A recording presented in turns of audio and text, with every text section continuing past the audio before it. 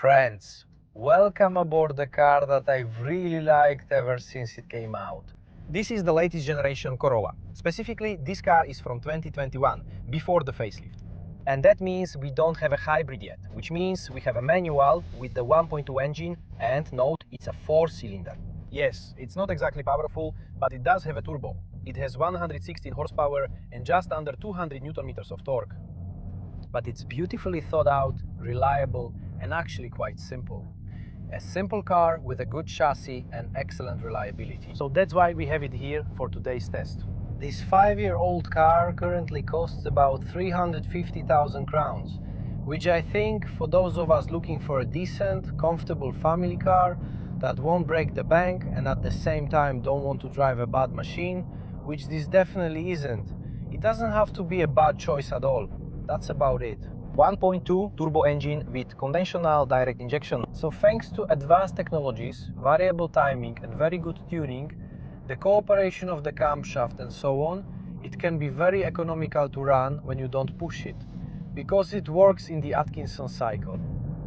We're talking about a consumption of roughly 5 to 5.5 liters per 100 kilometers. Of course, when you push it, the Corolla isn't a heavy car, but that engine isn't powerful. So that means a consumption of around 7.5 liters, maybe even 8 liters. And the result is nothing more than average dynamics. But that's not what it's about. It's a car that's primarily about being ordinary, about not wanting to worry about it, about not wanting to over-service it unnecessarily, and not wanting to pay crazy amounts for it. And from this perspective, the tested Corolla really makes sense to me, because the engine basically has just two slightly bigger problems. One of them is the valve that's responsible for cooling. Over time, it can let a bit of coolant through, which is a problem that will get worse in the future. And the internals of the valve can also become brittle. So definitely keep an eye on this. It's a repair that costs about 10,000 crowns if you want to fix it at an authorized service. We're talking about roughly 20,000 crowns. And then there's the classic combination of direct injection, EGR valve and clogged intake valves. The EGR valve, which after about 100,000 kilometers doesn't really want to do much anymore because it's all clogged up. That could of course happen to you in the future too, unless you pick a car from some fleet where it was only driven on the highway and someone was always overtaking with a revved up engine so it wouldn't get clogged up, which obviously isn't very common. But you might get lucky. Cars like that often aren't very nice inside because they've usually been used a lot as company cars. But mechanically, it's actually really good for these modern turbo engines when someone pushes them hard. Quite a paradox, isn't it? Just now, I went through that corner here, not slowly. We still have the car, it's summer and it's on winter tires, but these are the kind of winter tires I wouldn't recommend any of you to keep using. But it happens, so I adjust my driving style accordingly. Still, you immediately notice how the Corolla on 16-inch wheels turns beautifully. And how nicely stable it is, how pleasant it feels. And that's for a simple reason. The Touring Sport version has a wheelbase that's 6 centimeters longer. As a result, the directional stability of this version is one of its biggest benefits when it comes to driving characteristics. And the second thing is, even though we don't have the 2-liter Corolla with that beautiful power, almost reminiscent of an RS Octavia, we have a car with 116 horsepower, but here we have a multi-link rear suspension. That means the car corners beautifully. It grips the road beautifully. And even if there's a bump or uneven surface, it doesn't jump away. It doesn't do anything stupid. It just goes exactly where you want it to. It actually rotates nicely because someone here did a really good job with the front axle, and the steering just feels silky smooth. Just like you would expect from a completely ordinary but pleasant compact family car. I really don't mind spending time here at all. Nothing about it bothers me, and that's for a simple reason. The first one is, of course, how it drives. The second reason is its comfort and the fact that you don't need to do anything. When you have a Corolla with a CVT, of course you don't have to reach anywhere near the gear shift knob. When you have a Corolla with a manual, someone thought about it and said, hey, even though it's a manual, we want the driver to not have to reach far, so they don't have to search for it somewhere, like in the Astra J. Do you remember how you used to shift when you were sitting properly at the steering wheel and the shifter was all the way back here behind you? We want the driver to just be able to drive and not have to worry about anything. So from this car, I'll stop right now to show you.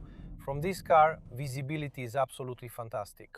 I'm sitting here look at where the side windows are. But the edge of the dashboard in the front is about this high here. The side windows are down low. By having the side windows down low, the side mirrors can also be positioned lower. Since they're down low, let me take a picture. See? Snap. So you understand what I mean. Along this edge, okay? Do you see the difference? Because they are down low, from the driver's position, you have a great view to the left. And from the driver's position, you have a great view to the right. Because they moved the A-pillars quite far forward, they had to add another small window here. It might seem almost silly that it's there. When you look at the car from the side, you think, okay, it's just a little window. But it actually has a crucial impact on how well you can judge the size of the car on the road and how easily you can drive it into corners where the A-pillar would get in your way. Because where the A-pillar could already get in your way and block your view, you can already see through that lower side window. And the second thing, besides how you see out of it, is the cabin ergonomics. I got a bit sidetracked, but simply because your eyes can see everything from the car, you don't even have to reach for anything. So you stay in one position while shifting. The gear knob is, I don't know, within about 15 centimeters of the steering wheel, even in 5th or 6th. So when I'm driving, I shifting to 3rd, hand back on the wheel, then 4th, hand back, and I could go to 5th, but it would be under revved, so I don't. I'm still close to the steering wheel. The same applies when we're reaching for the air conditioning. I'm driving. This far, look, this far, this is how far the air conditioning off switch is, which I'll probably never use, but I'll put the fan on, I'll set it to automatic, I'll turn it on myself, and in a little while, I'm so used to it that everything works just as it should. Compared to, say, the GR Yaris, which also had this display, this whole segment, the Corolla, is more thoughtfully designed ergonomically, because the display doesn't get in the way of your diagonal forward view at all, like it did in the Yaris. The rear view mirror is exactly where it should be, and you just drive and think, damn, there's no usability flaw here that would bother me. This car isn't somehow poorly thought out, so I don't have to deal with anything or develop anything. I don't have to figure anything out. Features that aren't good. First of all, with this equipment we have basic LED headlights, and they don't shine very well. When you compare it to cars that had well-designed reflectors and just regular halogen bulbs, those cars actually shined more. That's just how it is. If you drive frequently and long distances at night, choose the Corolla with the optional headlights, not these. And the second thing is road noise. This car has a suspension you can hear working. Even though it has 16-inch wheels, when you drive over something, you can hear the suspension doing its job.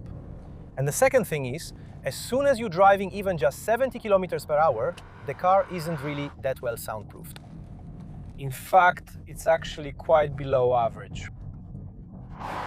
And if you drive long distances, you'll get tired from the amount of noise inside the cabin. That's just how the Corolla has always been. The bigger wheels you put on it, the worse it gets. So personally, I'd stick with 16 or 17 inches, that's absolutely ideal. It's beautifully soft on those. That's also thanks to the multi-link rear suspension. And at that moment, it's just perfect. So it's a cheap car, but it's well designed, reliable, and very pleasant.